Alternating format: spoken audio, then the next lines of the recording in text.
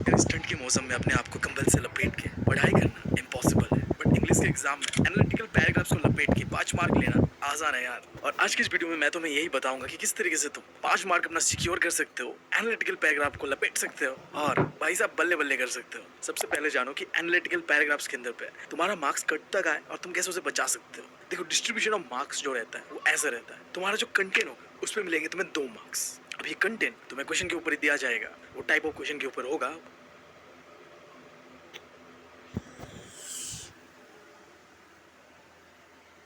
वो हम थोड़ी देर में बात करेंगे। एंड दूसरा होता है ऑर्गेनाइजेशन ऑफ आइडियाज। तुम्हें क्वेश्चन के अंदर पे कुछ पॉइंट्स मिलेगा या कोई चार्ट मिलेगा या डायग्राम मिलेगा, उस आइडिया को तुम किस तरीके से ऑर्गेनाइज करके लिखते हो ना पैराग्राफ के अंदर, उसके मिलेंगे तुम्हें 2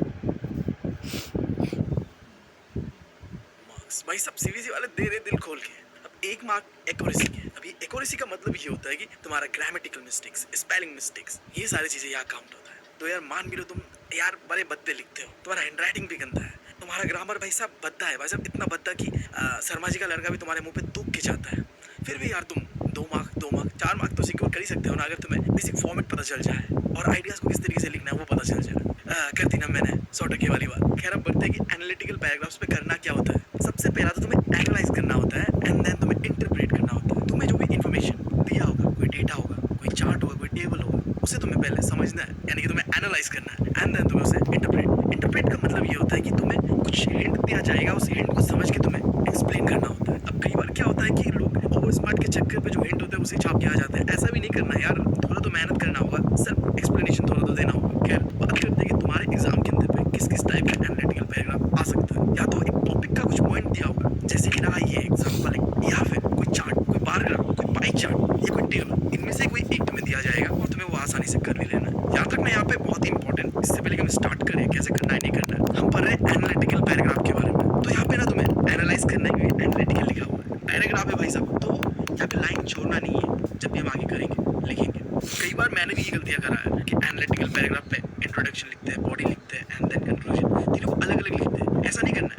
मैं तुम्हें फॉर्मेट बताता हूँ। हाँ, पहले इंट्रोडक्शन देना होता है एंड देन तुम्हें बॉडी लिखना होता है एंड देन तुम्हें कंक्लूजन देना होता है, बट ये तीनों चीजें एक पैराग्राफ के अंदर ही आएगा, क्योंकि एक पैराग्राफ है, तुम्हें बस एक सेंटेंस बनाना है और सेंटेंस को जोड़ते जोड़ते अपना पैराग्राफ को कंप्लीट करना है। और उस पैराग्राफ के अंदर पे तुम्हारा इंट्रो भी होगा, बॉडी भी होगा और कंक्लूजन भी होगा। इससे पहले पहला स्टेप जो एनालिटिकल पैराग्राफ को लिखने का होता है, जो भी तुम्हारे पास डेटा गिवन है उससे रीड करो एंड अंडरस्टैंड करो क्या कहना चाह रहा है वो डेटा। और जैसे तुम्हें समझ आ जाएगा कि क्या कहना चाह रहा है ये डेटा, तो तुम्हें समझ आएगा कि कुछ पैटर्न बना हुआ है हर एक डेटा के अंदर, हाईएस्ट टू लोएस्ट। और तुम्हें यही जो पैटर्न है ना, हाईएस्ट टू लोएस्ट, इसे क्वेश्चन के अंदर ही लिख लो या फिर कहीं एक्स्ट्रा पेपर में ही हो, बट इसे नोट डाउन कर लो। ये तुम्हें आगे जाके आसानी करेगा कि तुम्हें कैसे अपने आंसर को प्रेजेंट करना है, क्योंकि जो चार्ट, जो डेटा वहां गिवन है ना वो कॉम्प्लिकेटेड रहेगा। तो तुम्हें फर्स्ट स्टेप ये होगा कि तुम्हें सिंप्लीफाई करना है चीजों को, जो डेटा है उसे सिंप्लीफाई करना है। इसके अलावा तुम देखो कि उस डेटा के अंदर में कोई अनयूजुअल पैटर्न दिख रहा है क्या, कुछ हटके चीज, जो भी चीज होगा उसे भी तुम्हें पैराग्राफ के अंदर में डालना है। अब कैसे डालोगे, जैसे मैंने पहले ही बताया कि फॉर्मेट ऐसा रहेगा,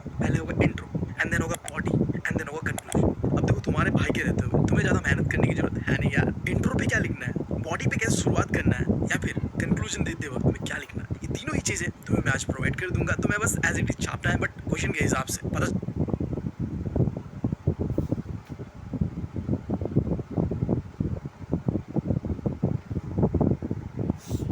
Good.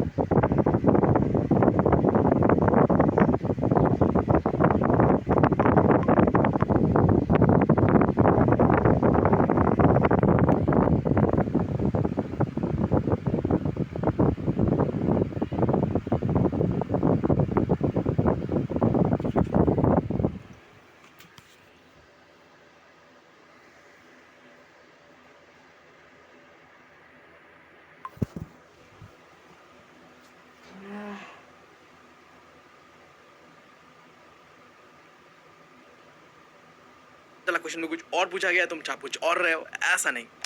तो जैसे ही तुम अपना पैराग्राफ को लिखना स्टार्ट करते हो, एक बात याद रखना, तुम्हें 100 से लेके 120 वर्ड्स के बीच इतना